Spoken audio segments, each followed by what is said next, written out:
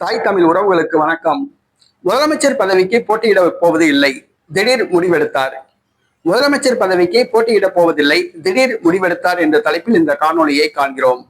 தமிழ்நாடு முன்னாள் முதலமைச்சர் எடப்பாடி பழனிசாமி தற்பொழுது அதிமுக பொதுச் செயலாளராக உள்ளார். நடைபெற்று முடிந்த தமிழக சட்டசபை தேர்தலில் அதிமுக 3வது இடத்துக்கு தள்ளப்பட்டது. 21% வாக்குகளை தான் பெற்றது. இரட்டை இலையை மக்கள் மறந்தார்கள். நடைபெற்று முடிந்த சட்டசபை தேர்தலில் கூட அதிமுகவுக்கு பூத் ஏஜென்ட் போடுவதற்கு கூட ஆள் கிடையாது.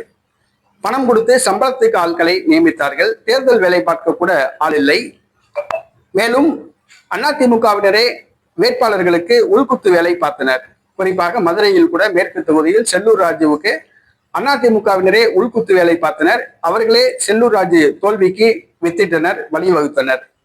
செல்லூர் ராஜு பொதுமக்களுக்கு வாக்காளர்களுக்கு பணப்பட்டுவாடா செய்ய வழங்கிய பணத்தை வாக்காளர்களுக்கு வழங்காமல் அந்த தொகுதி பொறுப்பாளர்கள், பகுதி பொறுப்பாளர்கள், கிளை பொறுப்பாளர்கள் அமைக்கிக் கொண்டார்கள். அதுதான் உண்மை.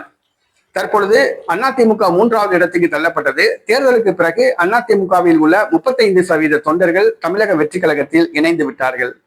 தற்பொழுது அதிமுக ஒரு உயிரற்ற உடலாக உள்ளது, செத்துப்போன பாம்பாக உள்ளது.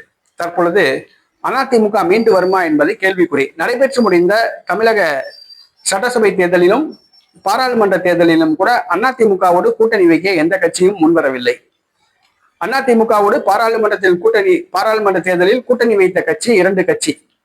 ஒன்று தேமுதிக, அது திமுக கூட்டணிக்கு போய்விட்டது. இன்னொன்று புதிய தமிழகம், அது தனித்து போட்டியிட்டது. சட்டமன்ற தேர்தலில் அதிமுக கூட்டணி கட்சி புரட்சி பாரதம் கட்சி மட்டும்தான் இடம்பெற்றது. மற்றபடி பாஜக கூட்டணி கட்சிகள் தான் அதிமுகவோடு கூட்டணி வைத்தன. இனி வருங்காலத்தில் அதிமுகவோடு கூட்டணி வைத்த எந்த ஒரு கட்சியும் முன்வராது. அதிமுக மற்றொரு கட்சியோட போய் லக்கேஜி மாதிரி இருக்க வேண்டிய ஒரு சூழ்நிலை ஏற்பட்டுள்ளது.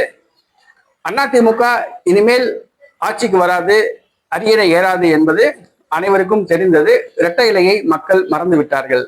ஆக தமிழக வெற்றி கழகத்தை வீழ்த்த வேண்டும் என்று சொன்னால் திமுக அதிமுக சேர்ந்தாதான் வீழ்த்த முடியும் என்கிற ஒரு நிலை ஏற்பட்டுள்ளது.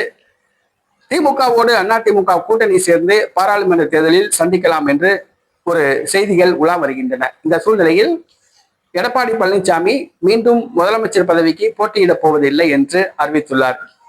கட்சியின் நலன் கருதி அவர் திமுகவோடு கூட்டணி வைக்கலாம். திமுகவோடு ஒரு லக்கேஜ் மாதிரி கூட்டணி வைக்கலாம். ஒரு பாராளுமன்ற தேர்தலில் ஒரு 10 சீட்டு 15 சீட்டு வாங்கி போட்டியிடலாம்.